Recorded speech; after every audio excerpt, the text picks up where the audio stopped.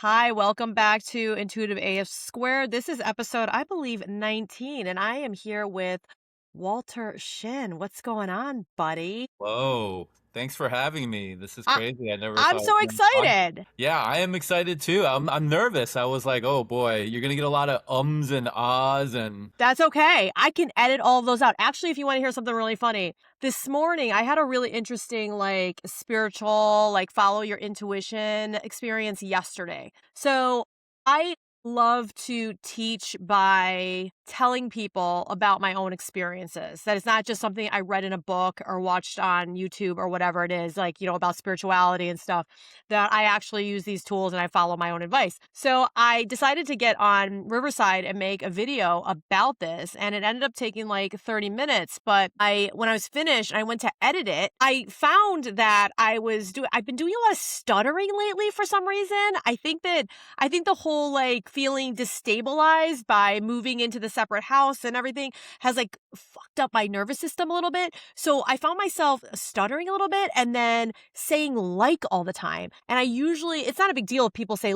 but as a speaker, I know, on a regular basis not to say it all the time. And I'm programmed to not say So when I went to edit it, I was like, oh my God, I said 5 million times. I started a bunch and I haven't figured out how to highlight something in Riverside so you can highlight 5 words and then delete it. I only know how to highlight 1 word and delete that word. So I had to go through 30 minutes of my podcast video and delete every singular stutter or whatever it is. So don't even feel, oh my gosh, don't feel nervous. I I'm probably going to stutter today. honestly listening to your past podcasts, I was gonna tell you, and I think I told you this. I felt like I was gonna ask you if you had some kind of past experience in broadcasting or because I thought you spoke very well, and I was Thank like, you. wow, she doesn't really do a lot of the ums and ahs and so yeah, I was impressed. No, I don't have a broadcasting background. I've just been doing the social media recording thing for probably now 11 years. And I trained myself. So when I tell people that you can do anything at any stage in your life and you don't necessarily have to pay a ton of money to be trained or to take these classes or to do certifications or whatever, I mean it because it was a lot of self-teaching and just allowing myself to lean into experiences that the universe just kind of placed before me, which leads me to why you're even here. I was actually so inspired by you back in May because I met you. I had met you a couple times at the North Jersey Miatas. And by the way, I'm we hopped around here. Walter is the founder of the Curated Rides Club. Curated Roads Club. Roads Club. Yep. Curated Roads Club. But Walter is my husband Tommy's, one of his buddies who co-manages, admins the North Jersey Miatas car club group. Right? Did I say that Yes. right? Yes. Yeah. It's funny with Tommy. I had just not just recently, but I had my Miata for a bit, and the timing of it was crazy because I was also kind of thinking, as a Miata owner, we get a lot of shit just because, oh, it's a girl's car or oh, it's, a hairdresser's car.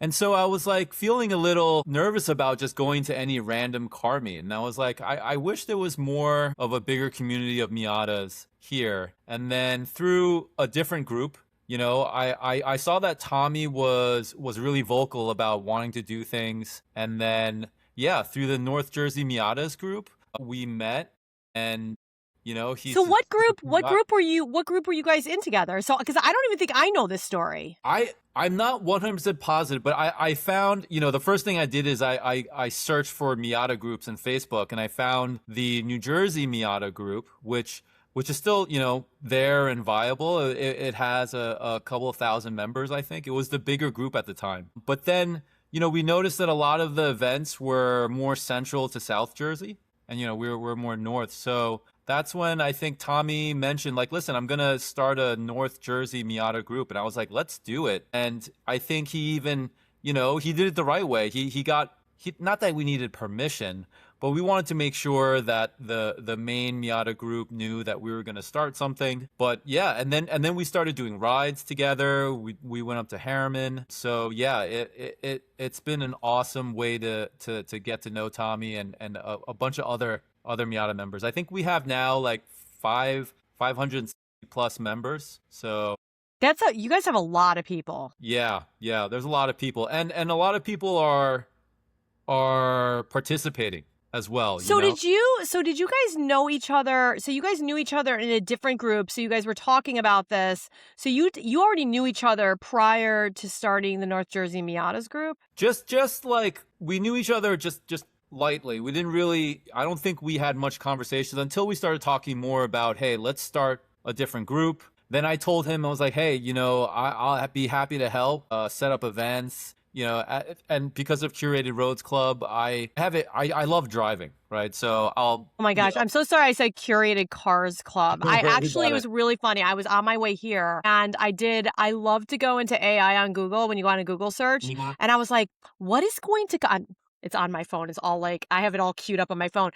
I I actually asked Google. I was like, "Oh, so what is this curated roads club?" And then Google will give you a whole the Google AI. I went to the AI option and it breaks it down like what your Wow. curated roads club is all about. And I was like, I've got to tell Walter about this on the podcast because when you Google yourself and you see yourself and you see your business on Google, it's kind of a cool thing. It kind of makes it real. I haven't done that. I will. You know, Well, I have pretty cool. it.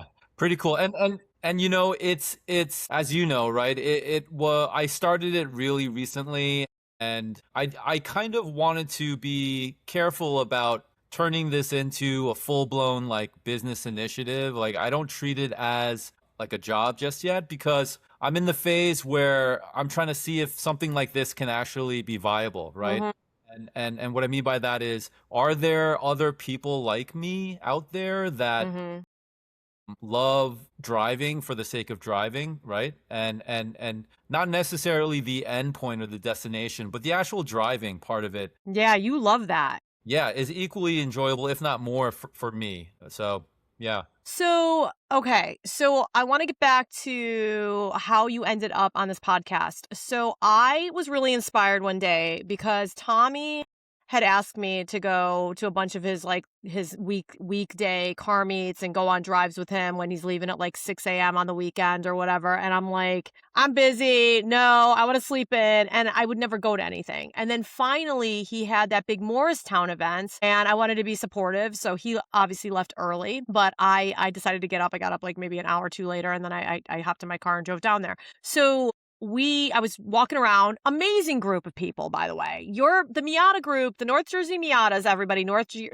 Jersey Yeah. Miatas.com. There were probably 100 cars there, maybe 100 It was close to cars, 100, yeah. so many people, Yeah. and I really didn't know what to expect, and everyone was so nice. Everyone was from different walks of life, so down to earth. It was really, really enjoyable. Yeah, I mean, I think you nailed it on the head. The community of Miata people. I've been in a lot of Volkswagen, Audi, BMW, Porsche communities, and probably out of all of them, the Miata community was the most, welcoming, kind. No one's out there saying my Miata is faster than your Miata and talking shit like some of the other, communities that I've been in. So it actually, I will say the Miata community is similar to the Volkswagen community. It's a bunch of just laid back people you've seen the group, right? There's 20-year-olds and there's Well, that's what I was just 70-year-olds. about to say. It's so Yeah, diverse. I mean, there were yeah. people of every color, every age, and everybody's like talking to one another. I mean, it's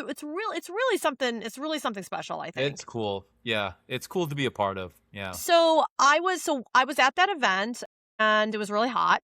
And towards the end of it, we were sitting and chatting and we were talking about your new endeavor with Curated Roads Club. And I asked you because I just love to be nosy and ask questions. I love to hear people's stories about, where they come from. And so when I asked you about it, you were kind of like, yeah, it was just an idea I had. And you actually said, I think you used the word intuition, I think. And you were like, yeah, I'm just following my intuition. I said, you were like, I have no idea what I'm doing with this thing, but I'm just going to put it out there and try it.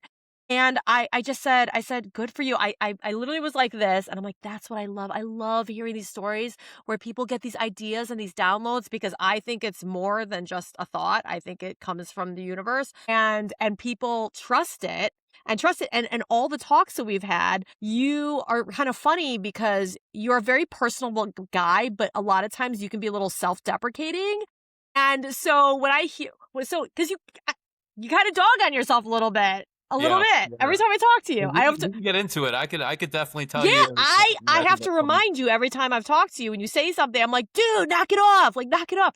And so when you told me that, I was like, that is amazing. I don't even know you. I was super proud of you. And at that point of my podcast, I had not done a video podcast yet. I had been going through a lot of things in my life over the last few years. And you asked me if I had like a broadcasting background. I didn't, but I had been front facing on videos a lot and had been interviewed and done all these things. So I was used to it. But because of the thing I was going through, I got very shy, and I was kind of more insecure, and just I wouldn't put my face on front face on the podcast. So I had done all solo episodes, just my voice, and I knew deep down, I knew that it was time. Like I knew I needed to go and do the video.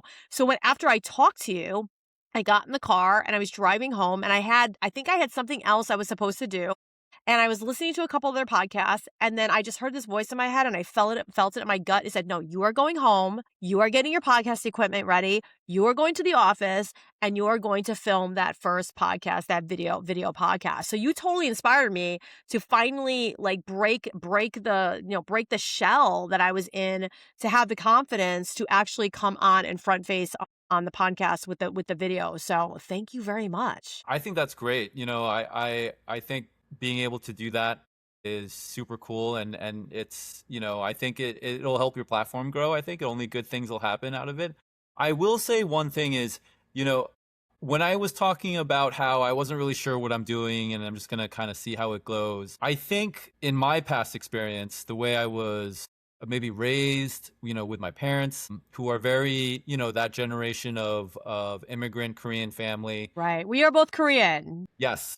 We are both Korean. What are you like what? Second gen Korean? I am, well, so first generation, I guess. American. Yeah. So you are so that would I always wonder like, so wait, second gen, yeah. I always think second gen means like if you're first generation, like that means that maybe you're like off the boat. Can I say that? We can say that. But Yeah, your parents were born there. Maybe I'm wrong. You're first generation. So you're If first you're born here, Korean American born here generation Korean. Yeah. And they were born in Korea and they immigrated here. Yeah. Okay. Yes, they were born in Korea. I think it's a common story in that generation. My father came actually here first before my mother came. Mm-hmm. I have an older brother. None of us were born yet. My father came by himself, and he'll tell me the story. He came with $200 in his pocket. He put himself through Columbia graduate school, and Wow. he would tell me stories about how he didn't have any money. His favorite food at that time was Roy Rogers, because after he ate the chicken, he would make chicken soup out of the leftover bones. And No way. that's the type of stories that he would tell us. And so, obviously the message was it was a hard life, during that time, especially for him. And the plan was, after he got a little bit more stable, he graduated with an engineering degree. He brought my mom over with my grandmother on my mom's side. Mm-hmm. And yeah, they started a life here in I think Flushing, Queens, New York. Mm-hmm. My brother was born, and then I was born, and then I believe there was one day when they were taking a walk with us, and then they witnessed like a gunfight like right in front of them, and that was when my father was like, When they hightailed it out of there? "Yeah, we're getting out of here." So now this is like, yeah, I think mid to late 70s. he moved us over to North New Jersey in Tenafly, and that's where I pretty much tell people I was born and raised, you know. And so I will say, you know, I recognize now, you know, he made amazing, you know, he made the amount of sacrifices that they had to make. Mhm. I can kind of grasp the size of that now, but it also kind of came with the expectation that, you know, you study and you either become a doctor or a lawyer, or otherwise, you know, it's not good, right? And so That those well, let are me tell you something. paths. That energy is loud and proud still in the Korean American Yeah, community because I used to live in Harrington Park, and my kids who are now 17, almost 17 and 19, man, that energy was very loud with those kids in those families. Like they are yeah. definitely I feel like there's a little bit of while it's very nuanced and some of it's like great and it serves a purpose, some of it I'm like, oh man, there needs to be some cycle breaking Yeah, around yeah. that stuff. You know,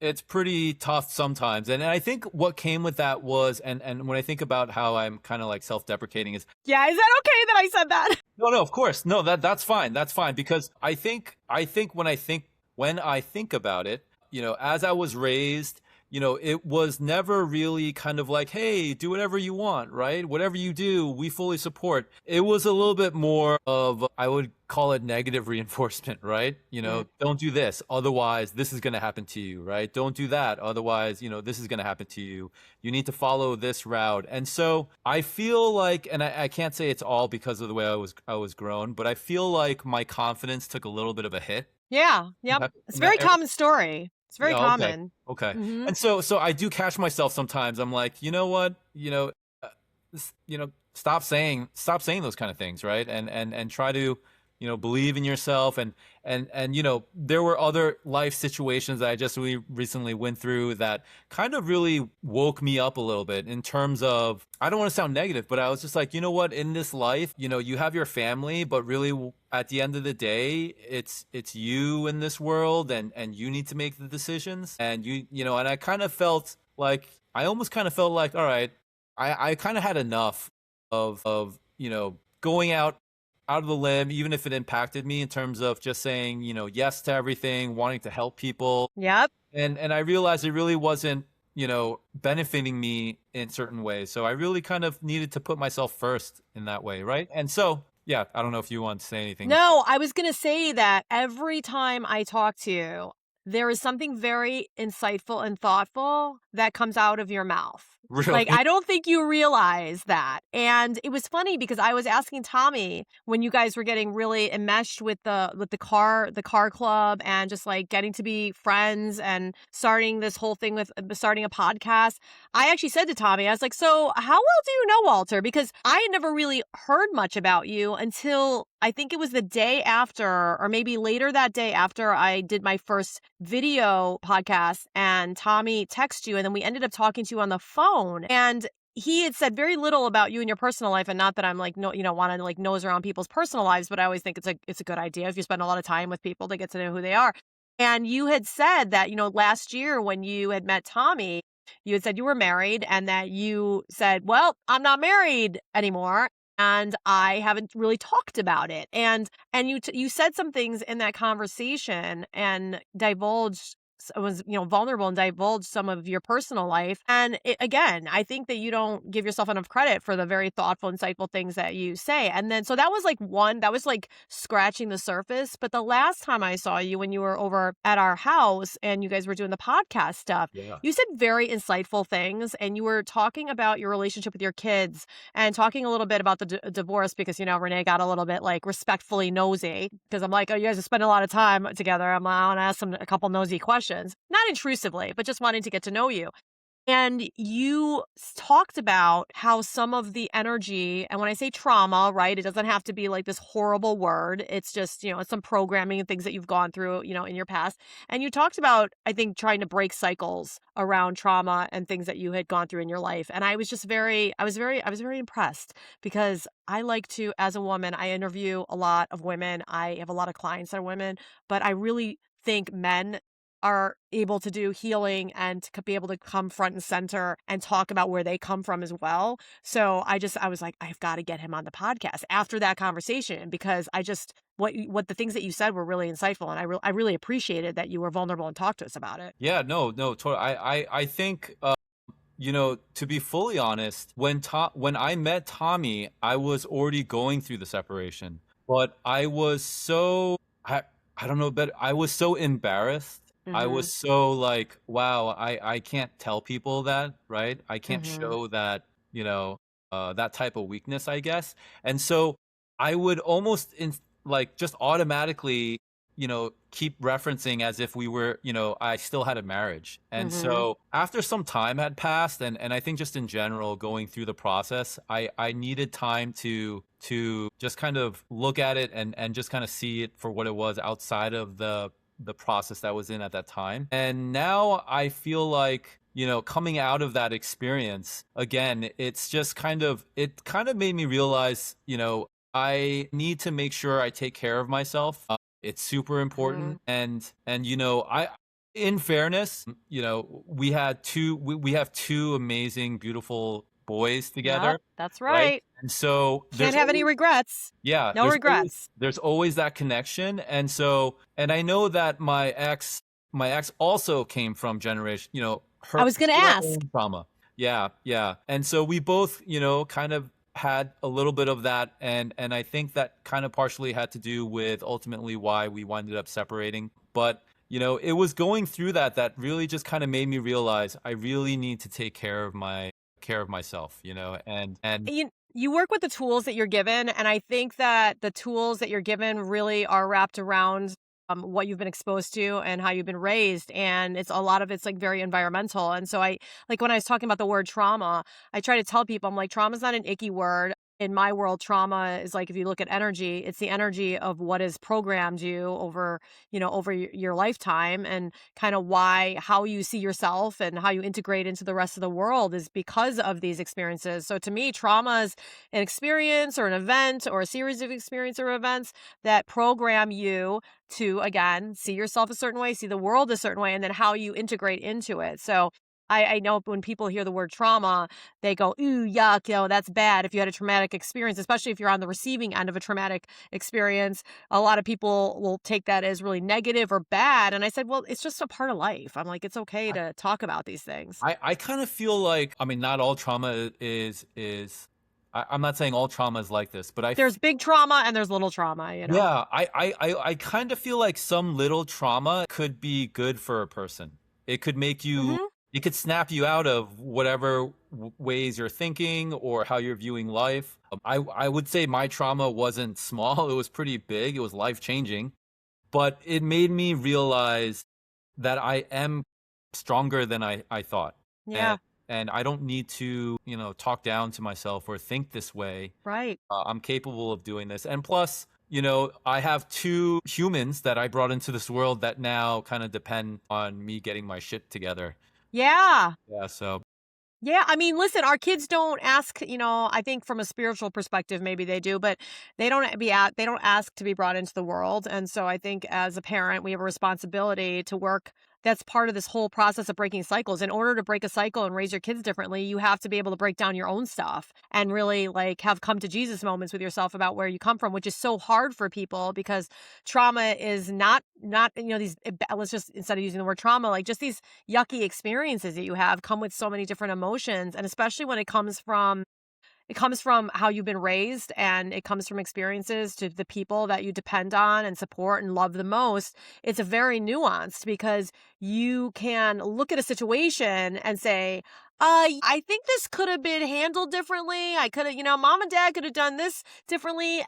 But still on the other side, it's still love and respect them, even though you're filtering through some like anger and resentment and grief about where you come from. And that's a very hard thing to do because humans are so like black or white and they can't come into the gray to see those. yeah. So Yeah. I applaud you for that. I yeah, thank you.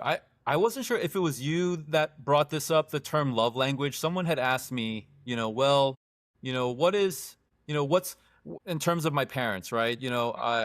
I do love them, and there is a little bit of trauma there that I'm always constantly working through with them, right? And so, someone asked me is like, well, what's their love language? Like, what do they do? Because obviously, like, my parents didn't really communicate love, I guess, as other maybe non-immigrant family. I don't know. I look at all like my white friends and other friends, and they're all they're kissing their moms goodbye and they're saying I love you, and that wasn't really a dynamic in my family. I don't really think that's a very I think that is kind of a cultural thing with Koreans. Okay. Yeah, I think so. I think so, right? And so I started thinking, I was like, well, I know that at one point my father had like 3 jobs, right? And the one thing he always used to tell me and my brother was, I don't want you worrying about money. Just focus on studying, Mhm. and I'll help you, pay for college. I'll help you financially so that you can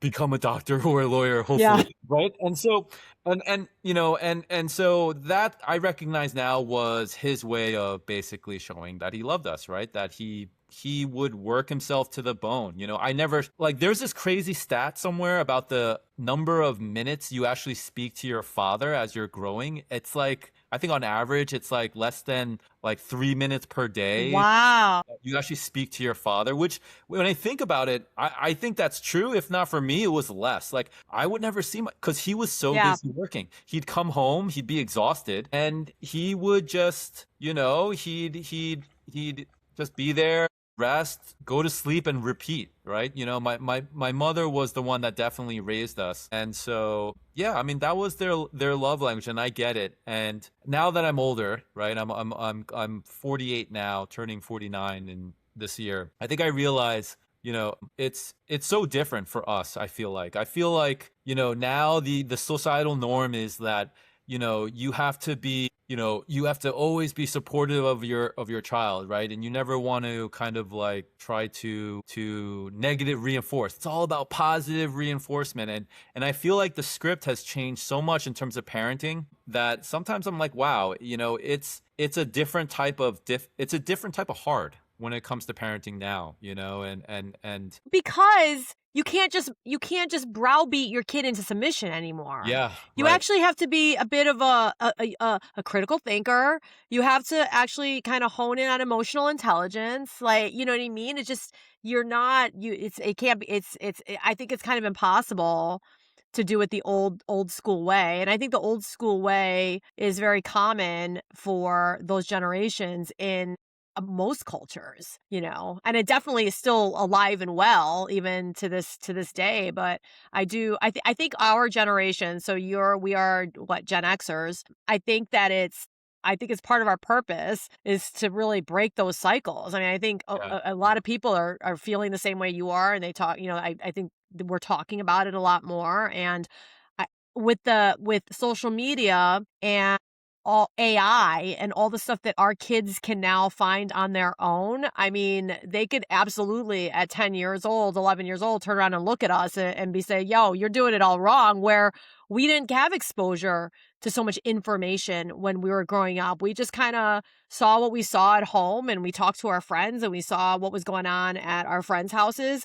And that was about it. Yeah. That was about it. Yeah, I mean, for us, I feel like the Gen X was like the wild generation, meaning, the one thing that I do remember is in terms of just being out there as a kid in my town, it was safe. My parents really didn't know where we were, you know, uh, that cliche saying, as long as you come home before the street lights turn on, that's really what me and my brother did is like we would be out biking, exploring the town, goofing off, getting in trouble, but ultimately, we'd come back home and it was fine. Whereas now today, I think it's so different, and yeah, because of social media. And I would say that brings up, that is the challenge. So my oldest is 12, my youngest is 4, big gap. Wow, that is a big gap. I didn't realize that. Yeah, it was a big gap. And I think right now I'm going through some of the breaking of the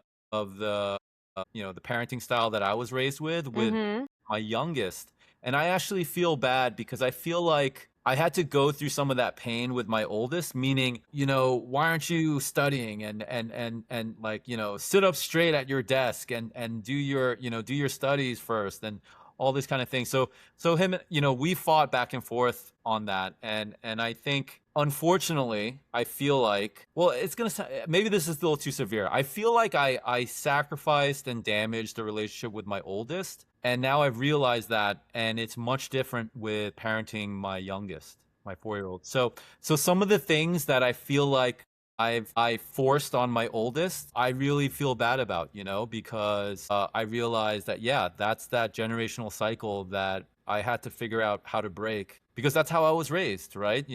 Well, I will say this, and I say this all the time to clients because I have clients of every single age group. It is never, ever, I don't care if you are a 30-year-old parent or you are a 95-year-old parent, you always, always can heal a relationship with your child. And the only way that someone can heal the relationship with their child is awareness and accountability. And when you were at our house and you were talking about that, about your son, I was really like, it was, I say this with a lot of like heartfelt energy here, is to listen to you, especially being a man. I love women. I love men. We're all, we do things a little differently, but we all have the same place where our emotions come from. And when I hear men being able to talk about these types of topics, and to listen to you actually say, like, take accountability as like talking about the things that you're talking about right now, I was really impressed. I mean, that because you don't know any better until I think an experience comes up and like it's a Mack truck at your head to really wake you up and to, like I said, I lovingly call, like, pull you out of the matrix. So you know what? I get it. It's nuanced. I validate like that you feel guilty, but thank God that you were able to recognize it. And now you have so much time to be able to repair that relationship. And I think that's really great. So if you don't mind me asking, so if it's okay to talk about this, Yeah.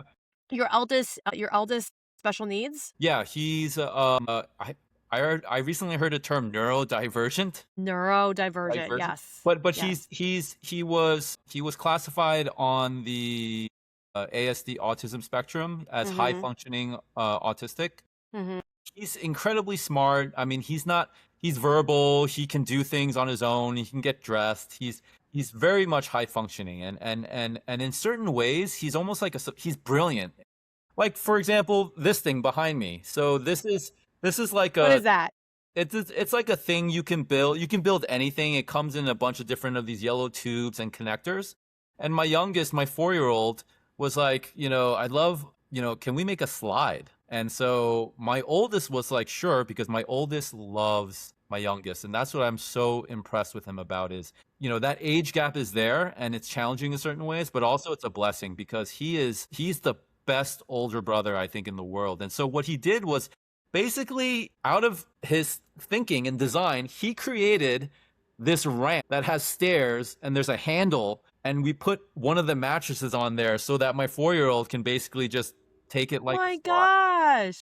I was so impressed, and yeah, I mean, it's bit, you mentioned something earlier about kids are brought in this to this world to kind of like I forgot what you said. You said something in the living room when we were there that was really, it was profound at the time, and I'm trying to remember it, but basically, I feel like my oldest and some of the challenges he has been a really big, I would say almost it's like a punch in my face in terms of like, hey, I'm a mirror to all of the things that you might have, incorrectly parented me on, right? And it comes back to me very obvious now, especially as he gets older. And so I feel grateful, but there are times where I will say, my gosh, it is so difficult to try to, you know, parent as a single parent, two children, one being special needs. But also at the same time, I think if that wasn't the case, maybe,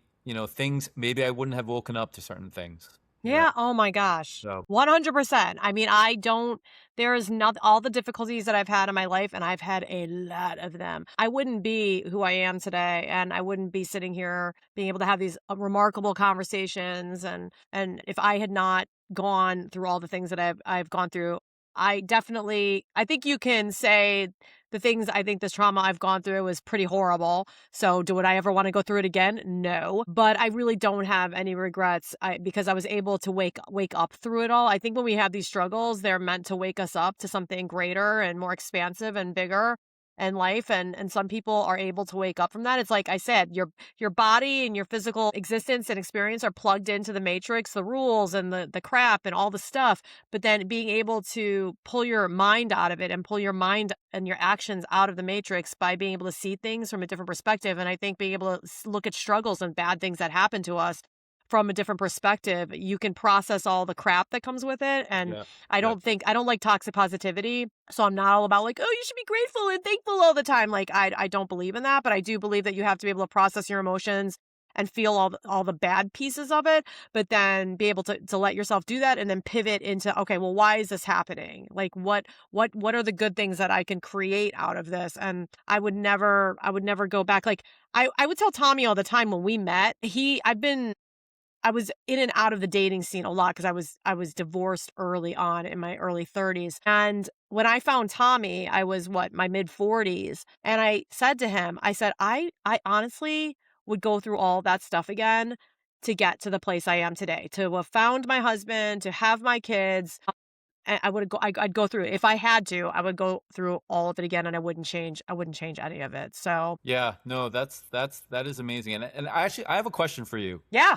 Something I was curious about. So the topic of intuition and Hmm. following your intuition, Yes. I I don't know if we've actually I wanted to ask you when you say the matrix, right? Yes. So to me, we were talking about situations where I have an intuition that I should do something or Hmm. I should action on something. Hmm. But then you mentioned something about, well, don't let the matrix kind of suck you back into, Hmm. doubting or not trying to do something, right? So Hmm. what is that definition of matrix? Yeah, and I think I feel that. That's what I constantly battle with, especially with this curated roads club thing, is like half of me is like, hey, you should do this. There are signals out there that say you should do this. There are people that reach out to me.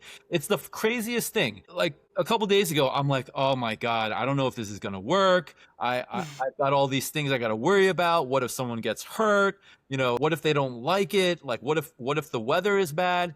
And then just that day, two people were like, hey, we saw this and we love it and they wanted to know more. And so I go through this wave of like, yes, this is what I should do because I enjoy it. This is what I do anyway. And then there's these waves of like, what are you doing? This isn't going to go anywhere. It's a waste of time. You should stop, kind of thing. So I wanted to ask you more about the whole being plugged into the matrix and what that means. So I kind of get that from the movie, the actual the Matrix. It's like Yeah. thank you for asking me this question. I love this question, Yeah. by the It's something I way. wanted to find out. I love it. We get to actually dive deep into some spirituality stuff that I love to talk about. So everything that I do with my business is really around this whole matrix concept. And essentially your physical body, I believe that we do have a soul, spirit, consciousness, whatever you want to call it, before we come and have this human experience, which I do believe that we choose to come to have this experience, even though people might not agree with me. But you get born into this physical body and you're plugged into this very physical, dense 3D world with all of the physical 3D stuff, like all the crap, like the expectations and the money stuff and the relation stuff. And you're really programmed from birth on into your teenage years. You're really like programmed to see the world a certain way. And so instead of us being taught to really center ourselves and really focus on our inner environment and then let the energy of our inner environment then dictate what's going on in our external environment, we do the opposite. We let the external environment then dictate what's going on internally. So that's like we're being plugged in. So all of the decisions that we are making in our life are all around this matrix way of thinking. It's all about the rules. It's all about like your dad was like, all right, I'm going to bust my ass, make all this money. You need to go to school. You need to be smart. You need to be a doctor, right? Like I'm just cutting it down and being like amusing about it. But that's like the matrix. So there's no room. Let's say you were growing up and you were an artsy person, right? You like art. You're a really creative person, and you're feeling like your guts, your gut, and signals or things that are leading you towards, like, maybe you want to become an artist, or maybe you want to do something creatively around art. It doesn't have to become an artist, but maybe the matrix says, like, well, if you like art, the only job that you can have was, be an artist or be an art teacher or do whatever. And there's no money in that. There's no money in that. And you need to prepare yourself with a good job when you'll get out of college so that you can retire and be okay when you're like 75. Like, we are planning. The matrix says, let's plan at 20 years old for retirement and living at 75, right? So the matrix tells you to do that. While existing plugged into the matrix, you're seeing all of these signs and you're feeling all of these things to be that you're drawn to something else. Being unplugged from the matrix is being able to say, I'm going to unplug my mindset and I'm going to unplug my actions. I'm still plugged in because your physical body is going to be plugged into this experience until your physical body actually dies out and you physically die. And then our spirit or soul or whatever the heck it is goes to wherever. It's about being able to manipulate the experience, and whatever you've been shown or taught that if you do it this way, you're going to screw your life up and you're going to fail and you're going to screw your kids up and you're going to screw your future up. It's being able to see the signs and listen to yourself and say, you know what? I've seen the same sign. I've heard the same thing in my head. I've had somebody call me a million different times. So you know what? Even though somebody's telling me you can't do this, let me just put it out there and then have faith that it'll all start to make sense once you start to, like, follow the breadcrumbs. And then when you do that and you see that the sky didn't fall and maybe something else was created because of that, like some connection, some relationship, and now there's a new job opportunity. Maybe this curated Roads Club is going to be a big thing. Maybe it's going to lead you to something else, right? That's being unplugged from the matrix. It's being Yeah. able to say, like, I'm going to manipulate this nonsense energy that we're living in, and I'm going to create something that everybody else tells me that I can't. Yeah. Does that make Yeah. sense? No, that does make sense. And I guess that leads, this is not so much a question, but it is something that I was thinking about is, or interested in hearing your response Mm-hmm. is, how do you interpret if, let's say, something that you thought your intuition led you down, but Mm-hmm. it didn't wind up working out that way, right? Mm-hmm. Do you, do I I'm left wondering. I was like, oh, my intuition was wrong, or, like, Well, I'm picking up what you're throwing down, but give me like an example. Give me a quick example. Well, let's say, for example, for curated roads, right? Mm-hmm. There's definitely a monetary investment that's going to need to be put into Mm-hmm. it, right? And Mm-hmm. I guess I'm just afraid that I'll go down too far down the rabbit hole with it, and I'll have invested a lot of money just to kind of see if I can get this off the ground. Mm-hmm. And it may not, right? It really depends on the community that I can find, and like-minded people. And I might not, maybe there aren't people out there like that, right? And so do I then think, okay, my intuition, my gut said, okay, give this a try, but how are you supposed to intake if it doesn't work out that way, right? Like, maybe. Okay, so money is a very big blocker of people, like, getting into alignment and being able to manifest, co-create, whatever. So my question would be this around the money. Okay, so you need to invest money into this new endeavor that you have. First of all, are you putting your whole entire life savings into it? No. Okay. Are Yeah. you going to charge your credit card to the max limit? No. No. Right. Is anything that you're going to do around creating this, expanding this new endeavor, is it going to severely, like, affect your ability to father or take anything away from your children? No. Okay. So let's say you have a number in mind of how much money you might have to invest in this thing. If it doesn't work out, is it going to totally destroy your whole entire life? No, no, not at all. Not at all. And I kind of see where you're going with that. So, that's funny because I think, again, from the way I was raised, money was a very important thing, right? And we joke because of how cheap my dad is in terms of, like, he doesn't want to spend a single dime. And I feel like I've inherited some of that, where, it's just painful to see if every dollar I spend, there's no positive ROI, then I guess, now that we're talking about this and we're saying this out loud, I very much will say it's black or white to me. If I spent $1 and I didn't make $2 back, failure, right? And so that fear is, Because Oh, Yeah. finish what you're No, no. saying. Finish. Yeah, I mean, it's difficult for me to take the risk of, hey, you do need to invest some things just to make sure that at least you have the best chance of succeeding, right? And so where I came from and when I was raised, and to this day, I'm still battling it inside my head, is money isn't everything. But I never get to the point where the questions you just asked me, right? Like, is this going to destroy your life and your livelihood? Absolutely not.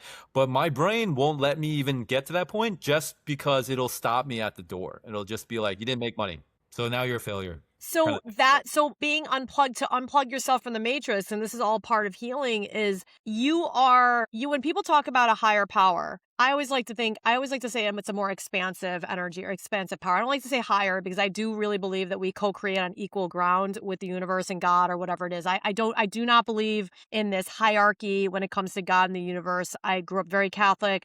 I've had to pull apart all of this stuff like you're talking about. And so we are at the center. Our human self is at the center of everything. And you are the only person when you come up against that block or you come up against that wall or you come against that ceiling where your mind, you're plugged into the matrix mind, says, I can't do that because if I don't make money right away or I don't make, $2 off my $1, whatever it is, if I spend this money now and I don't see it back in my bank account in 30 days, like this is a huge failure. I can't do this. You're the only person that can muster up the will, take action, keep walking, crawl if you have to through with your actions and have a lot of faith that it's going to be okay and just keep going. And then if you continue to go on and the evidence is showing you this isn't working out, then you got to pivot. But anything that you created in the past was always meant to move you into your future. So if you're not doing something that's really harmful and really dangerous, and I would say, like, listen, I literally just did. I took a big risk with my marriage and with my kids, with this whole living apart together thing that Tommy and I are doing. But the only way I was going to know if it was really going to work out when all the signs were there that I should do it, even though the matrix and everybody around me is telling me you're freaking crazy to do that, I had to do it and I had to create the evidence of it that the sky was not falling and it was going to lead me to something better. And ultimately, I mean, it's only been a month since Tommy and I decided to do this. I've already seen the universe has not left me alone. I've already seen the evidence very quickly that everything was gonna work out. And if it didn't, okay, that's fine. I'll just pivot into something else. You know what I mean? Yeah. If that makes sense, Right. you're the only person that can create your reality around this to say, is this going to work or is it not going to work? And is all of this stuff that I'm connecting to, is it reality or is it a bunch of, a bunch of Yeah. BS? Yeah. No, that's a good point. And I think when I think about the way I was raised, and it might just be my family, I don't know if I could say this is a Korean thing, although I feel like it is. The outward perception of success was instilled in me that that's very important, right? The way I was raised, it was, never talk bad about your family, never show that, any kind of weakness.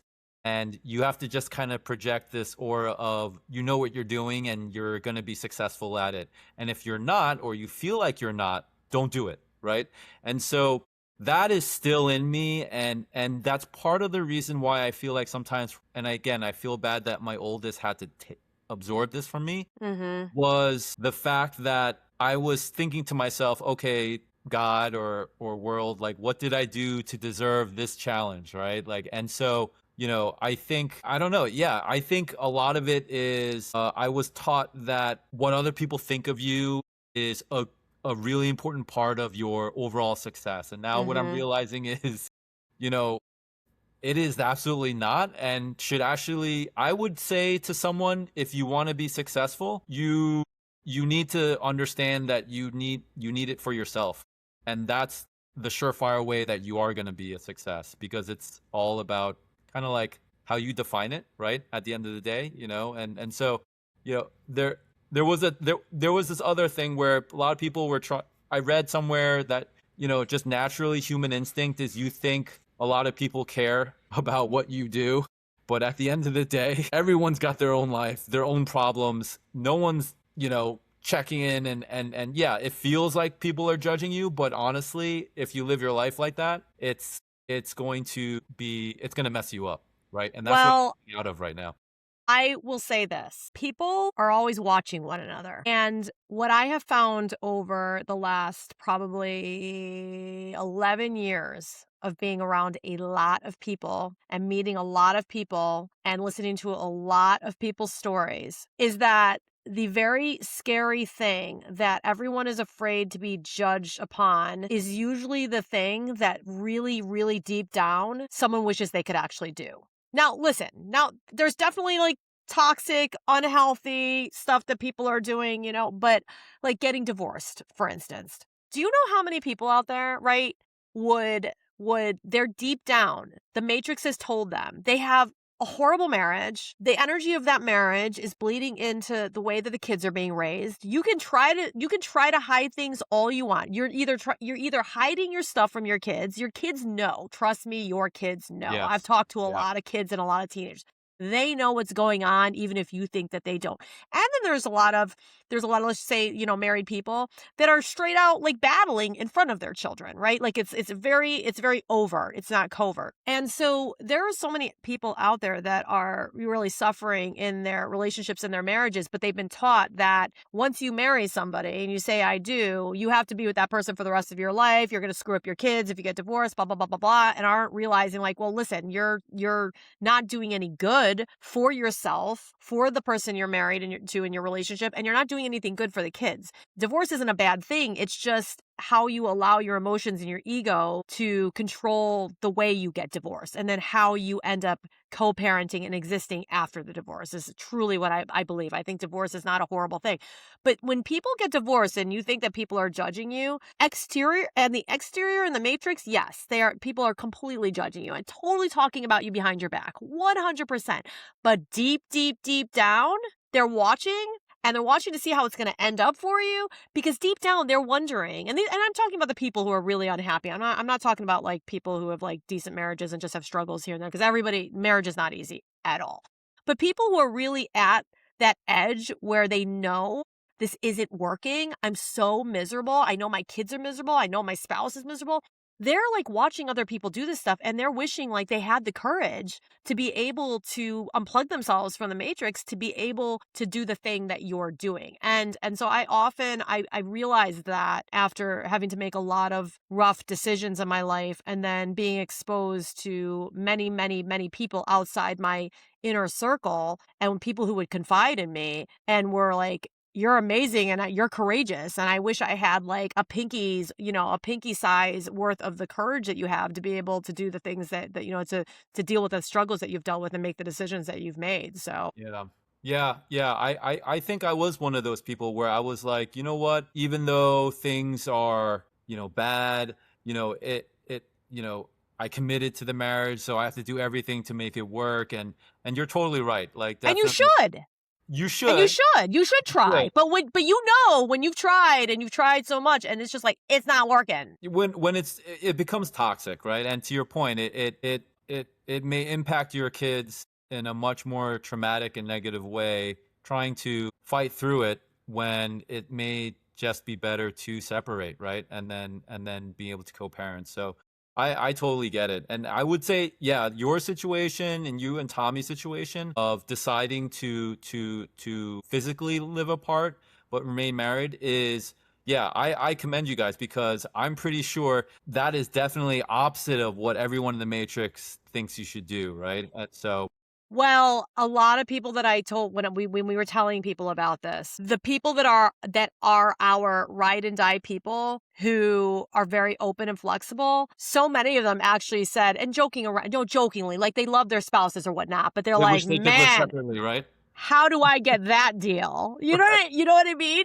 Right, And right. the people that are judgy about it are the ones that are more, again, it's almost, I mean, I hate to say this, and maybe I'm wrong, and maybe somebody will listen to this and call me up and be like, Renee, that's not what I think, because they might think I'm like aiming this at them. But the people that are, I think, way more judgmental, I feel, even though they may not consciously recognize it, it's more of a matrix like image driven thing. It's like you don't do that. Like, you don't do that. If you have a family, you keep your family together. You don't do, you know what I mean? Like, it's more about, like, it's more vanity. It's more image energy. It's not necessarily, they're not necessarily looking at it from the perspective of, like, what's good for the family, what's good for the relationship. And I will even say, my daughter, when we had moved into separate places, and my husband and I decided, okay, we're going to stay married throughout this. My daughter was like, she's in her mind, the matrix, plugging into the matrix was like, no, if you're gonna move away from each other, even though we're like 2 miles away from each other, no, you break up. You break up. That's weird. Like, my daughter cried a few times because she's like, that's just weird. It's weird. I said, yeah, it's weird because this is not a normal, like, what normally people do.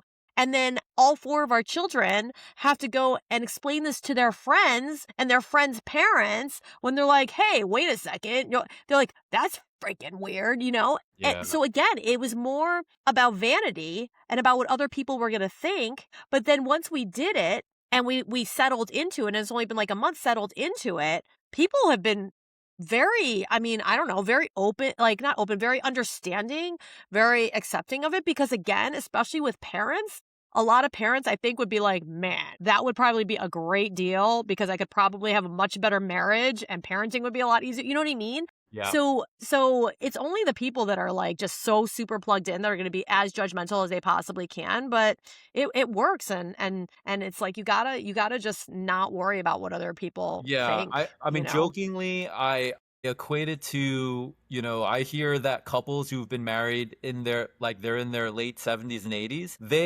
it seems majority of them say sleeping in separate beds is an amazing thing, right? And, not because it means you don't love each other, but it's just, Right. hey, living and just being able to sleep and getting that sleep is so important for everything. And a lot of older couples I hear, wind up sleeping in separate beds, and now I kind of get that, right? I mean, it's for the greater good, I think. And so, yeah, I definitely commend that because again, it's not the norm, right? That society Yeah. expects. And when they Yeah. hear something like that, they're like how could that be? How could that be possible? And so, but yeah, it's So so what do you feel? What do you feel? So you got separated. What year did you get separated? a oh my gosh, I think I can 2024-ish. Yeah, 20, okay. 2024. And then what was your divorce finalized this year?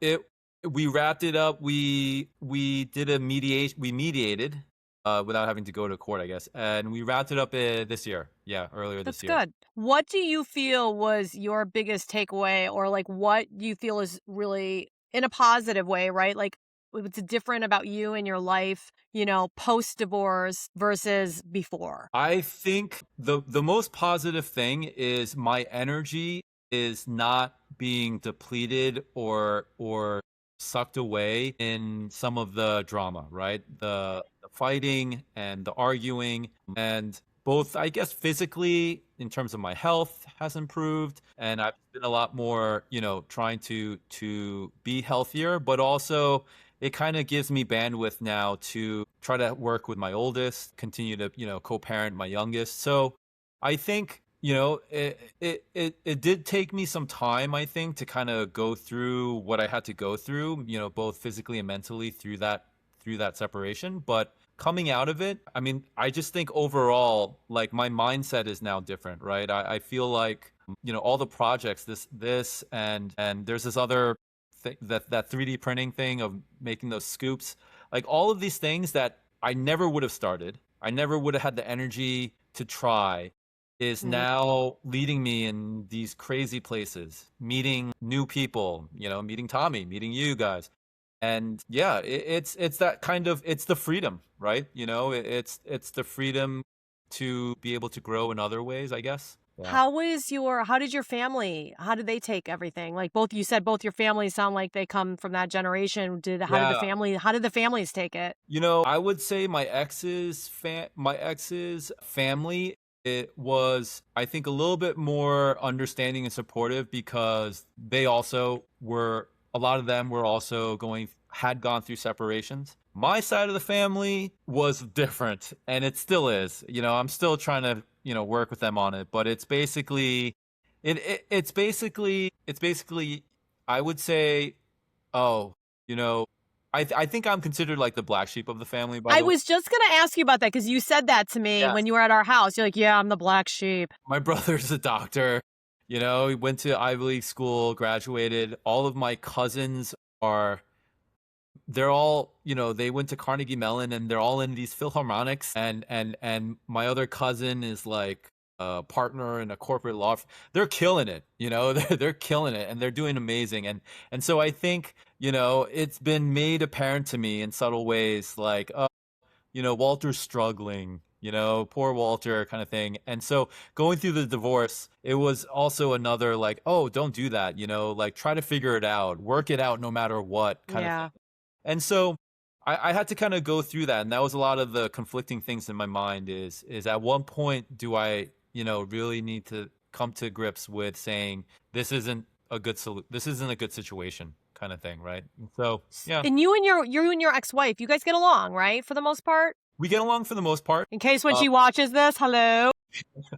I don't know if I'm not sure if she will, I but was gonna say, there's two sides. I always say there's two sides. There's your story, your part, your perspective, that absolutely. person's perspective, and then what actually happened that's in Yes. the middle. Yeah. So I don't take sides or anything. I'm So sure I'm sure you may get an email. She's gonna say, "When can I go on the podcast, tell my side of the story?" But I feel like I'm trying to, be respectful of both of our situations, and so, we were married for 17 years, but we knew each other for close to over 25. So, mhm. we're just trying to be, amicable and co-parent. So I am appreciative that on her side, she's thinking that way, right? And not trying to continue to, make it difficult for both of us. So I am grateful for that. So yeah, I mean, I just think it's just, we're no longer together and it's separate. But again, and I think she's mentioned it too, we will always be connected because of our children, Mm. right? So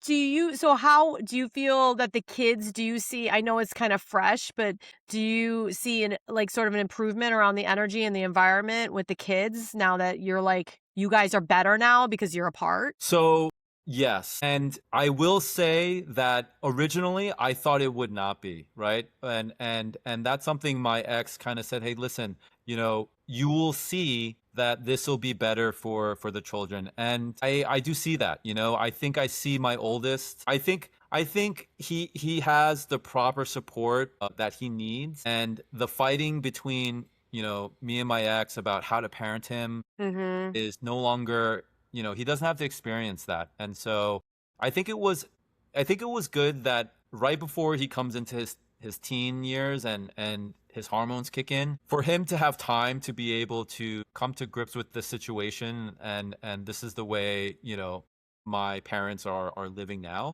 Mhm. I think he's going to be on a better path. I My think young that's I mhm. mean, my 4-year-old, he doesn't fully understand, and Mhm. that's kind of the thing that, I'm always kind of thinking about is, I know I'm gonna die.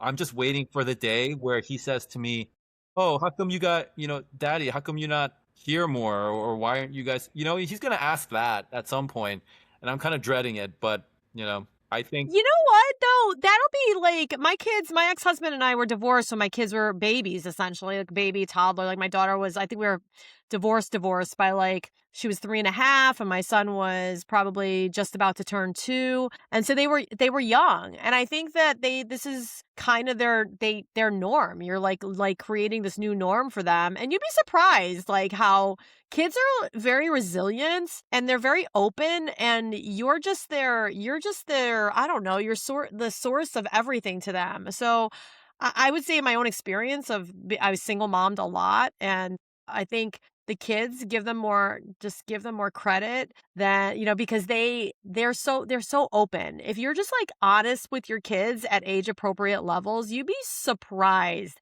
They will give you more and more support and more strength than I think any freaking adult will. agree. My kids are Yeah, like ride or die for me. And it's not just because I'm their mother. It's because I don't know, we just communicated so much and we talked so much from the time they were little till now, again, all age appropriate, conversations. but we're just like that because we've always just been very open with each other and just very honest. And I think when your kids all I had this ex-boyfriend that I went out with when I first moved to New Jersey, and that was when I was, like, really, really poor. I was, like, poor, and my kids were, like, really little. I was making, like, minimum wage when I came to New Jersey in 2011, and I had this guy that I dated, and I would plugged into the matrix, I would rip on myself all the time and feel so guilty about what I couldn't give my children because especially North Jersey, I'm not from here. So when you come to North Jersey and you come to Bergen County and live in all these, oh my gosh, like everything is about, like everybody Yeah. here is a Lexus or a Range Rover or a BMW, and it's got their Gucci and their Prada and whatever. Like that is a norm around here. So when I came here, I just felt horrible about myself. I was like poor, and I don't even know where the heck I was living at the time. And I remember my ex-boyfriend at the time, he said to me, he said, "You know what? My parents divorced when I think they divorced or they separated, they got back together, and then dad ended up leaving and moving to like California." And he said to me, he said, stop judging yourself all the time. He said, because I would have lived in a box. He's like, I would have lived in a cardboard 4x4 box. I mean, you wouldn't fit in a 4x4, but a cardboard box with my father if he like I would have rather he stayed and I lived in some tiny ass 1-bedroom studio or something than my dad moving and leaving and going to California or wherever it was that he went. He said all your kids need is love. That is Yeah. it. Yeah. That is it. You give them the bare minimum of everything else, they are going to be fine. They are going to be fine. It's just love. Just let them know that they are loved and they are safe on top of like all their other basic needs, and your kids will be fine. And I would say that, my kids being 17 and 19 now, they turned out pretty good on love. Yeah. Yeah. Yeah. Your son's killing it, right? He was in the He's parade. funny. He was in the parade, or is that what I heard? Yeah, yeah, yeah, yeah. He was in the parade because he's finally doing, he leaned into theater last year, which by the way, that's another Matrix thing. Like my son is a natural talented entertainer.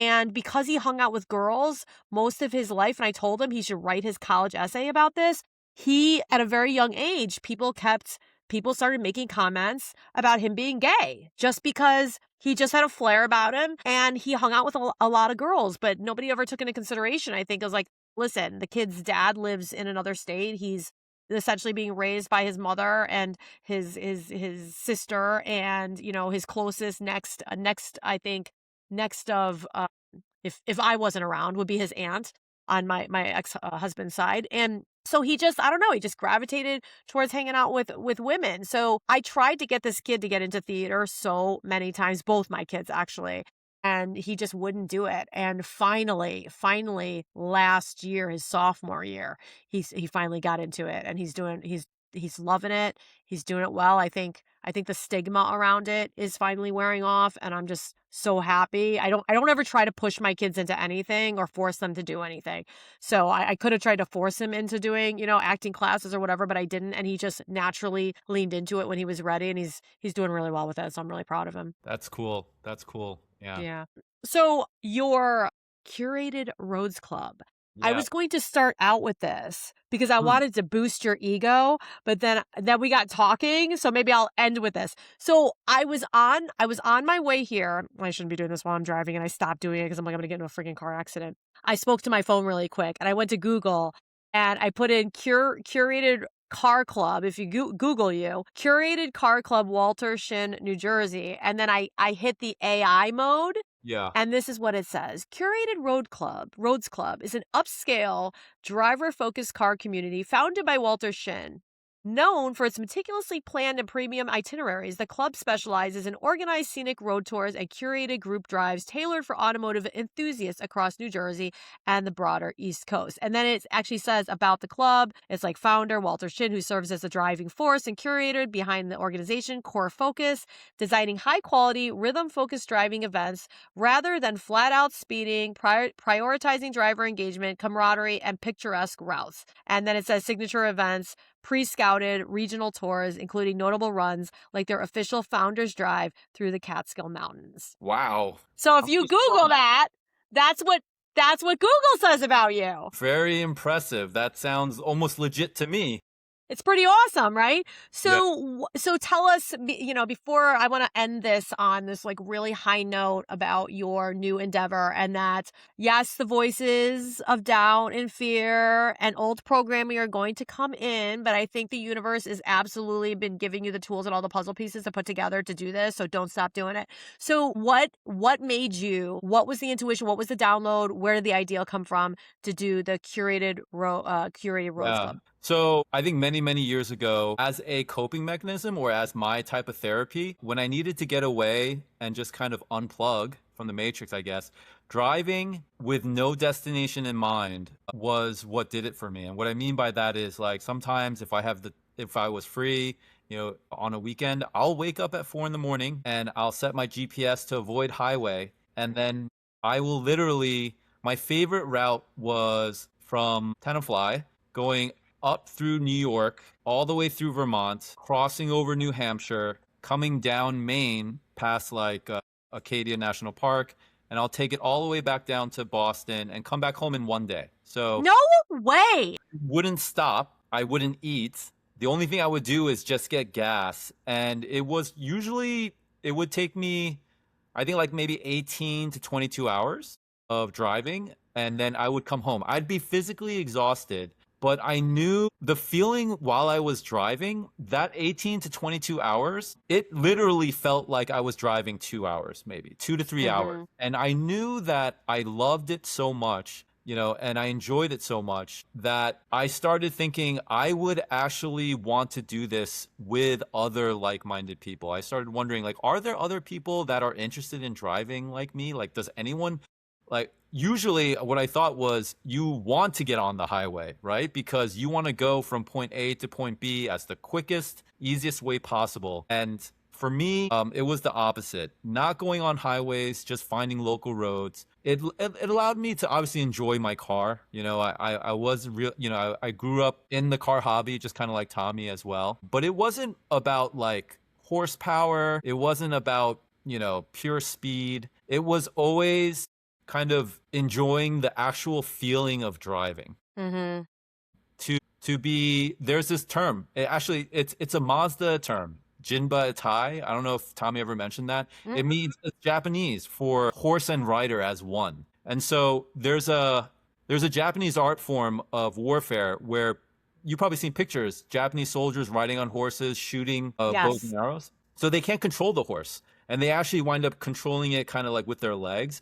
But they're so in tuned with the horse that Jinba Tai means they're essentially one thing, one person. That And is that cool. that is the design philosophy that the Mazda people instilled in the Miata. That was their goal, was horse and rider as one. And so that kind of ethos, like that was definitely something that really resonated with me. That's what I was wanting, and that's what I was doing when I had other non-Miatas. And so, yeah, it made me fall in love with the Miata. Sure, I could have gotten like a nicer sports car in the definition of what other people think, right? I could have gotten a Porsche and say, "Hey, look at me, I'm in a Porsche." But at the end of the day, it's pretty funny. It's like it's very freeing that, my little Miata just brings me so much joy because it reminds me that I just love driving. I don't care what it is, right? It could be, a unicycle probably, right?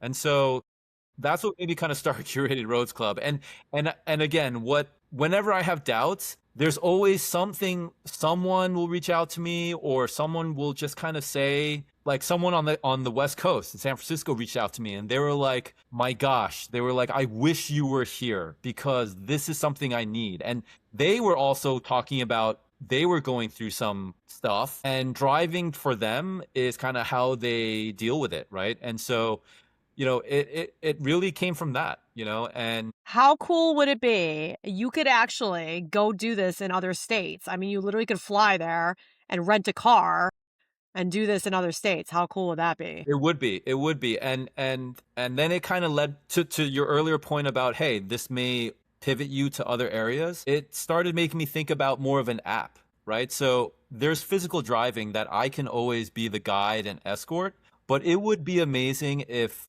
someone that is in San Francisco could benefit from, opening up the Curated Roads app and just being able to find roads that are similar to what I'm finding on the East Coast, maybe in their area, right? And so there are other competitors in that space, but that's what this journey has kind of led me into, thinking about. So, When I yeah, think about competitors and competition, you just put that little thing out of your mind, because I always say to my clients, whether it's something in this space where we're talking about, entrepreneurship and starting a business and being like, who are your people going to be? Who your customers or clients going to be?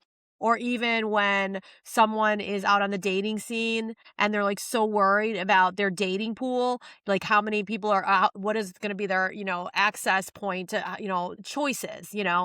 And I always remind people, I said, there are billions of people in the world. There are enough clients and customers to go around. yeah, That's really absolutely. cool though. I didn't know you were doing that. I think you mentioned it. I think Tommy mentioned an app, but I didn't realize that you were creating an app to curate trips that could be curated trips in other state, like routes. That is really Yeah, cool. yeah. Through a side business, I'm lucky to have exposure to a lot of these like AI tools that I never could probably afford the subscription for. And so, I built an app and it checks like different resources, and one tip to anyone who might be listening that wants to find great roads, I can say this. Follow the motorcycle enthusiasts. They know Yeah. where all the roads are, and Mhm. motorcycles are very close to the Miata experience, right? And so, they've been really helpful in kind of finding some of those hidden roads and hidden Mhm. gems that you won't find on, like, if you Google top 10 roads in America, you're going to get a generic list. So, So did you fill your founders drive? Is that all like set up and you're ready to go? Like you got all the people for it? no, nope. I'm actively kind of like campaigning and marketing. I have a few people signed up. I think How many people are you looking for? so. I'm trying to get a minimum of 6 to 8 people for this to be Oh, wow. viable. I thought you were Yeah. only doing 4 or something. No, no. I wanted to do like 6 to 8, and I kind of gave myself a deadline by the end of August. If I don't have that group, then I'll reassess. But so far right now, I think there are 3 people that actually paid money. That's great. Yeah, paid money for the group, and they're bringing a significant other, which kind of surprised me. I thought there would be a majority of folks that were just solo drivers, but what I realized is, the experience that I'm building, it's a great excuse for people like me and Tommy who want their significant other to be involved. That's the other part of it, is like, yes, it's great that we get to go on these drives, and I'm sure Tommy will attest to this, but it's a different level of fun and engaging if my significant other, the person I care about, actually is also with me and enjoying the experience, right? And so, the dining, the stops that we would have along the way, that opens the door for them to say, "Hey, significant other, this is something we could do together. I love driving, and I'd love for you to be involved." So I was surprised, but yeah, all of them are bringing, a significant other. But yeah, I'm So tell everybody, so your founders drive, this is a curated drive, and you're doing it when? October when? October 8th. October 8th. Yeah. And then what are the details? What does it entail? So the Founders Drive is the first official drive for Curated Roads Club, right? And so this drive, the whole point of it is, can this prove the format? Meaning, is this a viable project that can expand? And if so, we'll definitely have more. I actually have a second drive that I'm planning coming up, and I was talking to Tommy about it as well. But on October 8th, it's a Thursday, right? And it's intentionally a Thursday because we just want to make sure that there's not a lot of traffic on the roads. Sure. But October 8th is supposed to be that forecasted sort of peak of nice color that's in the Yeah. Catskills, right? And so this is going to be a scenic drive. It's basically a 5-hour curated drive of probably 15 to 20 roads that I found. I found these because I go there almost every weekend that I can. I've probably driven maybe 150 hours around Catskills to find these roads. And not only finding them, but linking them in some kind of intentional way where, as we go through the roads, there will be areas that will stop just for resting. There's a beautiful waterfall I found, which is amazing. And all of these stops are kind of meant to be that ultimate driving experience, right? So breakfast and lunch is included, and you basically get me guiding it. as well as a sweeper car. A sweeper car is essentially someone who's going to be there for the service of the people that partake so that they don't have to worry about getting lost. That's the one thing that I hear a lot of from other people is going on these drives. They're great and all, but Mm-hmm. when the drive gets a little bit too fast for their liking, it Mm-hmm. doesn't really become enjoyable. In fact, it becomes anxious Mm-hmm. and stressful to try Yeah, to it's because keep you up. guys drive too fast. No, I'm kidding. There's some drivers that drive too fast, some people, but I think it's just kind of setting the expectation that this drive is about, hey, let's enjoy the drive. It's on public roads. I want it to be so that you can actually look around and enjoy where you Yeah, are. right. And so, I think that's a service that a lot of people like me are looking for, right? Don't plan.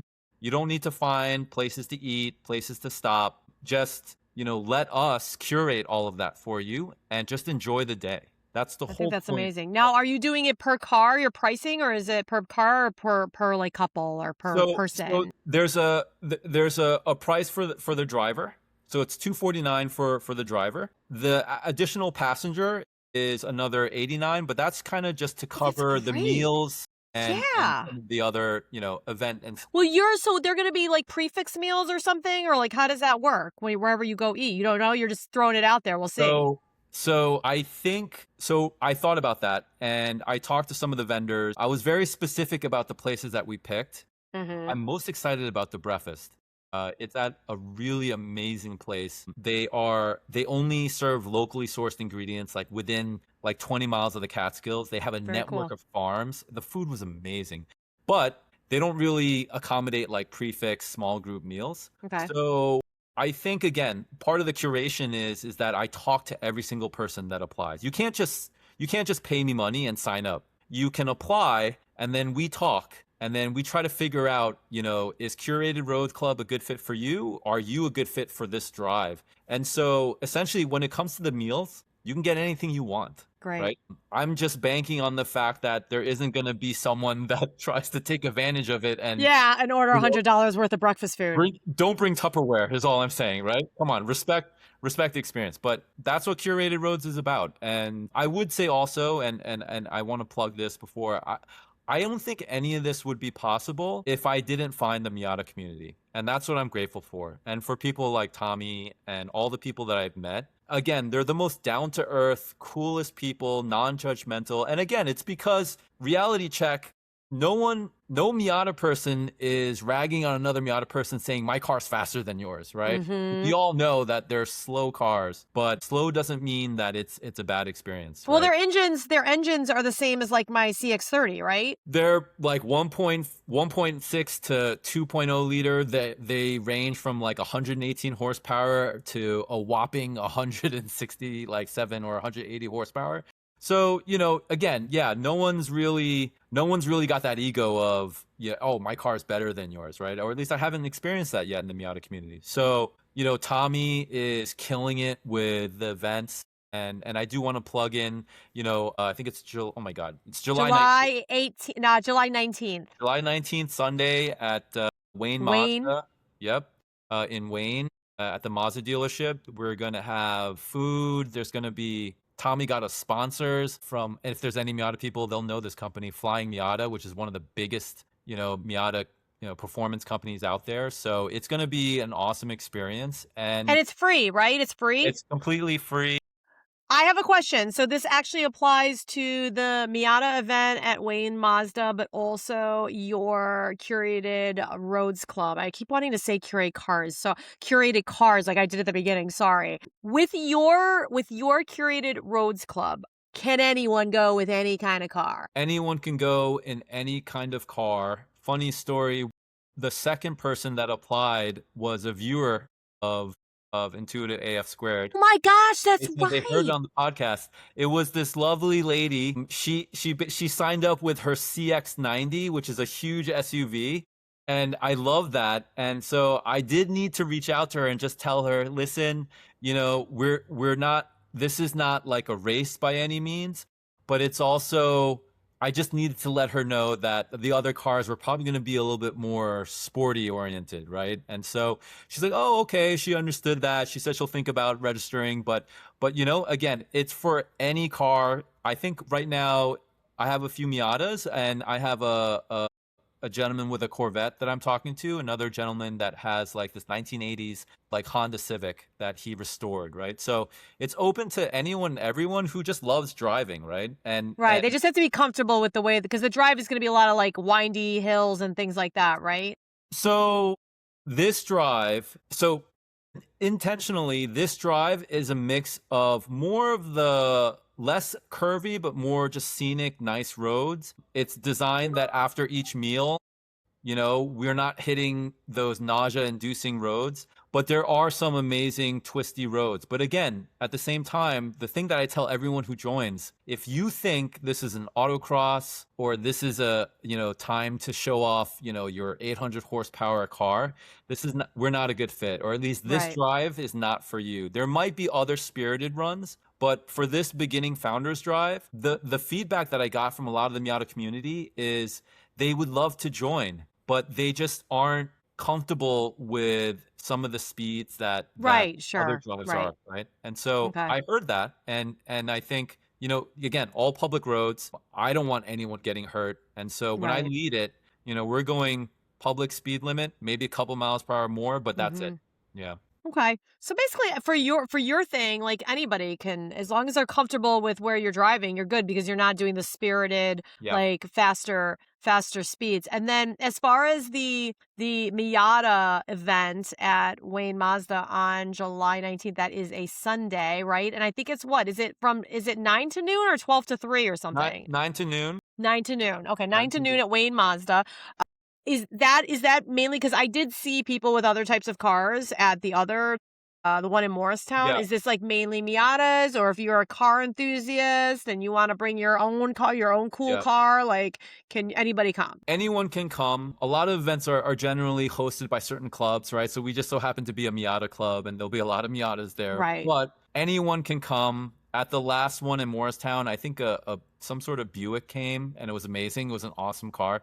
And so yeah, we welcome them all. And that's the thing about the Miata community is no one's gonna be like, why are you here? Right? In fact, they'll probably ask you questions about your car and appreciate the car. And that's again what I love about. And they might get, I mean, they might be interested in Miata, and that's Yeah. why they're coming. And Yep. they might get, Wayne Mazda might actually get a Miata sale out of it. Yeah, yeah, yeah. They might get some interest out of that, and so that's kind of the co-partnership.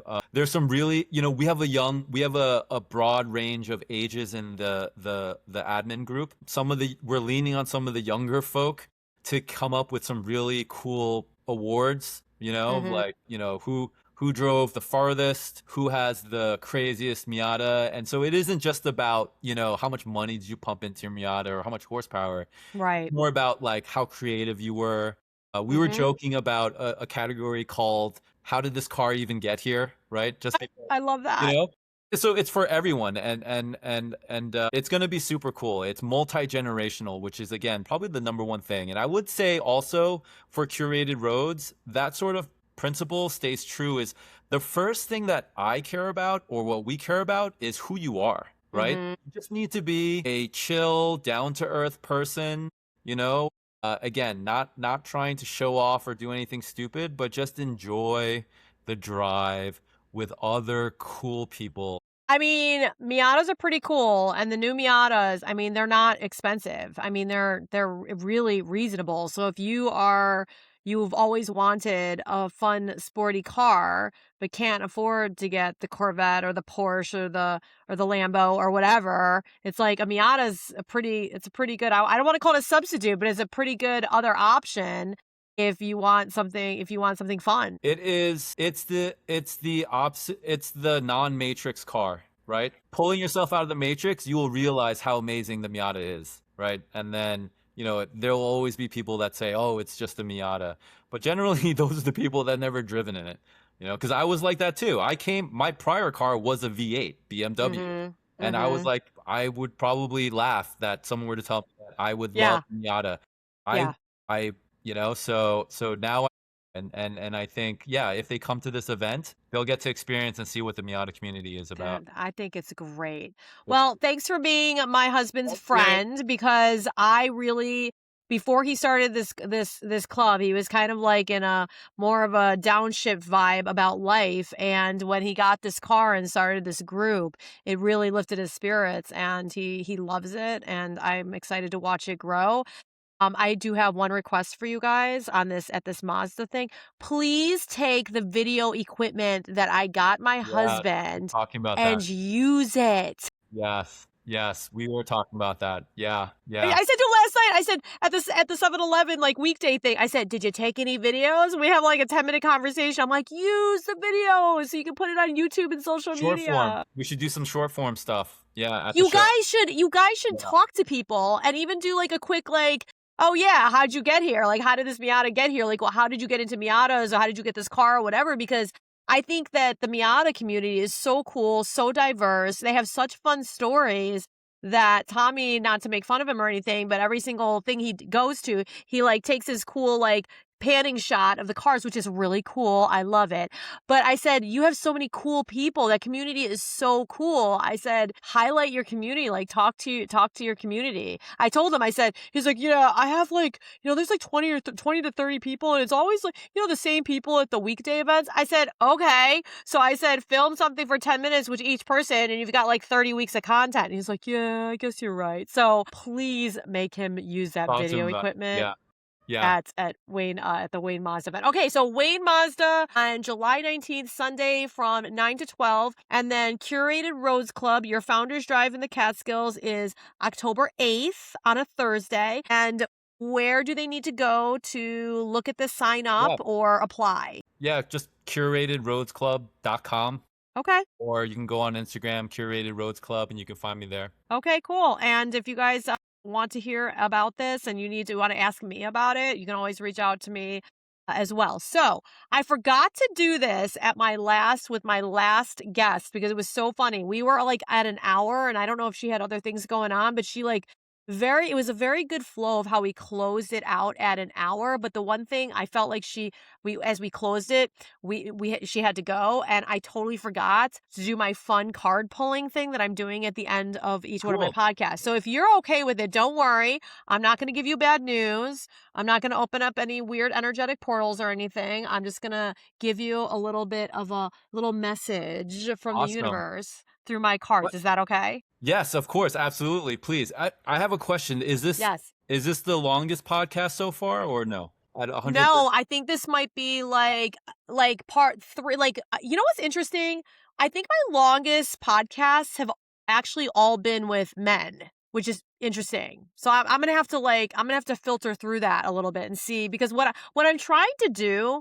We'll see if I can keep this up, but I'm really trying to do like maybe female, male, and obviously I don't want to, I don't want to be like gender biased. I come from Gen X, so I think with male, female, it doesn't matter what you identify as, but because I think sometimes you'll see sometimes male podcasters and you'll see female podcasters. And I feel like sometimes they lean towards more female or more male. And what I'm trying to do is come up with an even masculine, feminine balance because I think we can learn a lot from each other. And I do like speaking to men and to women. So, Would but you I would would you say that, what? would you ever have a man and a woman on the same Oh podcast, my gosh. like Yes. talking through stuff? That would be interesting.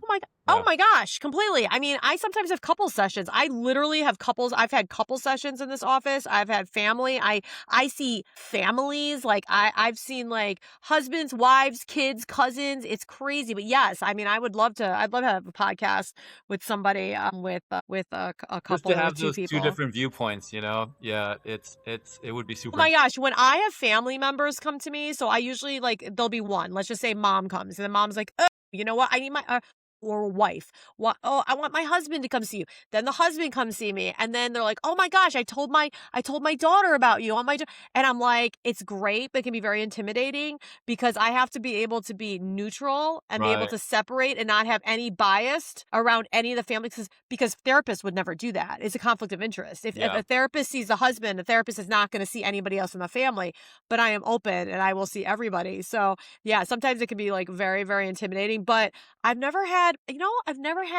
any complaints from anybody. So that's a good thing. And nobody's put up a bad review on Yelp or Google. So that's a good thing. So, okay. So I've got my trusty animal spirit themed cards, and each one of these cards has two meanings. And if I pull the card right side up, I'm going to read that meaning. If I pull it upside down, I'm going to read that meaning, but they're all themed around energy of animals. So what I'm going to do here is I get my little download in my head, and for Walter, what's the energy of what Walter needs to know today? I love it. I love this card for you. Okay, so I pulled the flamingo spirit. It is number 26 I love it. in the deck, and right off the bat, 2 + 6 is 8, and in numerology, nines are all about endings. So when I pull, I don't always call attention to numbers, but I am going to call attention to you because to the number for you, specifically for you, because if you see an 8, I look at 8s, and what I do is I look at 8s as an infinity symbol, but I also look at it as breaking cycles. We're breaking cycles. You are breaking cycles. I also look at the number 8 as being like right before 9. So it means that whatever you're letting go of, you're like right at the precipice of being able to say, goodbye, let me shut that door and walk through another. And I think that you're on your way to doing that, which is great. And then this is Flamingo Spirit is embrace the in between. So with this card, it's all about you having one foot in the past, one foot in the future, and being okay with being uncomfortable Hmm. in that energy. Okay. So you're straddling it and you're really uncomfortable right now. But if you can just lean into it and lean into the discomfort, you're eventually going to take that back leg out of the past, right? And move it over here fully into the future. But when I pull cards, when the cards come upside down, it's usually a lot of internal environment stuff that you're working on. So the fact that, like, you talk about this Curated Roads Club so passionately, but then every time we talk about it, you will say one or two things that tries to pull you backwards, back into the matrix instead of like Yeah. leading forward into it. So this card is very, very appropriate. And because it's upside down, let's see, I'm going to read the upside down meaning. So when I pulled the card, when I was going like this with the card, it's the universe is in my head and they're saying, pull this card. This is what he needs to know. So I just get a thought in my head to stop in that card, and that's what I pull. So this is number 26 because the universe knows what's in the book. All right. Let me put my glasses on because I'm almost 50 and I'm going blind. With every year, my eyesight, I look really young, but my eyesight is horrible. Okay, so let me just make sure. I'm loving this. You're going to love this, Walter. Okay. If you're feeling nervous and wobbly, stop worrying about the past and the future. Instead, be present in the moment, balancing for now is a space in which creativity arises. Creativity, you're creating something. Creativity is your birthright, but if you're moving too quickly and an attempt to avoid the discomfort of the transition, you can blind yourself to the miraculous possibilities that are before you now and those just coming into being. The past has its lessons and planning has its merits, but right now you may be imbalanced because you're becoming too nostalgic for what once was or too anxious about what the future might hold. There is time to plan carefully. For now, be still and know that spirit is here, co-creating with you in this moment, and the next step will appear when it needs to appear. Relax into a state of equanimity and balance so any anxiety can transmute into trust and faith that all will be as it will for the highest good. That's really cool. That's really, I mean, the 2 + 6 and the eight actually, we always used to joke that 8 was always a number that I would see a lot in my life. And I just remember, so I used to have a very small t-shirt company business. Our logo was 8 because it represented to us kind of like the infinity in terms of full circle, never ending kind of thing. So that's blew my mind a little bit, but yeah. So I have seen hundreds of people over the years And in my little psychic medium world, that is not by coincidence. So like I said, I don't call attention to things unless I hear it in my head. So when I looked at the card, I heard in my head, it was like, look at the numbers. So when I looked at the numbers, it wasn't even about it being 26. It was about adding the numbers 2 plus 6 Yeah. is 8. So people who are watching this might be like, whatever, you're like reaching, but I'm really not. So I always tell people, like, your spirit team, which is your deceased loved ones, the universe, God, whatever it is that you believe in and whatever name you put on it, that's your spirit team. They're in my head and they know all this stuff that I don't know. So they'll like, I have like 20 decks of cards on this table, right? So I pull whatever deck I think to pull, and then the universe is in my head and I think like stop on that card, and I know that it's the universe. Like, I'm essentially channeling from your spirit team is like, pull that card, because there's multiple meanings in that card for that guy. And I might not understand all of it right away. Like, I understood what I understood, but most times when I do this for people, there'll be something about the card that I didn't even know. And you'll be like, guess what? 8 was my logo for my other business, which now, if we want to take this a step further, you used to have another business. You said you had a t-shirt business, right? Yes. Okay. You're starting another business. So Yeah. isn't it interesting that the 8 came up for the new business, Yeah. and It's pretty you're cool. starting over again. You're doing something new again. Yeah, yeah. And the whole being uncomfortable, I would say for the past 2 years, I've definitely been living in the uncomfortable space. But I also told people it's so odd. Like, even though these past 2 years had a lot of lows and some painful moments, oddly and weirdly, it made me feel like I'm alive, like I'm living, I'm Mhm. here, I'm still breathing. So I need to wake up and kind of enjoy, the time I have here, kind of thing, which made me realize that I kind of don't have time to really think about what other people think anymore. Yeah, no, absolutely. That is a dream killer. It is a dream killer to be all caught up in what other people think of you. Yes, like your kids and maybe a spouse or a partner, right? Like, you obviously have to consider them when you're making decisions in life. But as far as, Tommy, when I first met Tommy, and Tommy, I will say, has always stood by this. He said to me, he said, we are our own little inner circle. It's you, it's me, it's the kids, it's the dog. He's like, everybody else, family, mom, dad, brothers, sisters, friends, work people, all that stuff. We're at the center of that. And then all of them represent another ring around the circle. And when you're making decisions in your life, the safest bet that is going to bring you the most inner peace is to focus on all of this. Can be impactful, and it can be insight, and I'm not saying that you shouldn't listen to the impactful insight or maybe opinions or perspectives of other people. You absolutely should. But at the end of the day, in the middle, when you are making whatever your inner circle looks like, that is what you should be concerned with, and that is it, because the rest of it doesn't matter. And again, it is like dream killer central, being plugged into the matrix. If you are not moving forward with the signs and the symbols and the things that are being laid out before you because of what other people are going to think of you. Dream killer. So thank you so much. I'm so happy that we did this. I really appreciate that you came on to talk with me, and I'm sure I will see you in the next couple of days. Yeah, I'll see you And soon. good Thank you so much for Yeah, and good luck, and being good luck with everything. I think keep your vibe high. It's like I 6 to will. 8 Yeah. people. You can get 6 to 8 people, no problem. Your pricing is good. Everything's good. You're gonna kill it, dude. Thank you. Thanks for bringing me on here. This You're was welcome. awesome. It was Great. great. All Yeah. right. Talk to you later. Bye. Bye.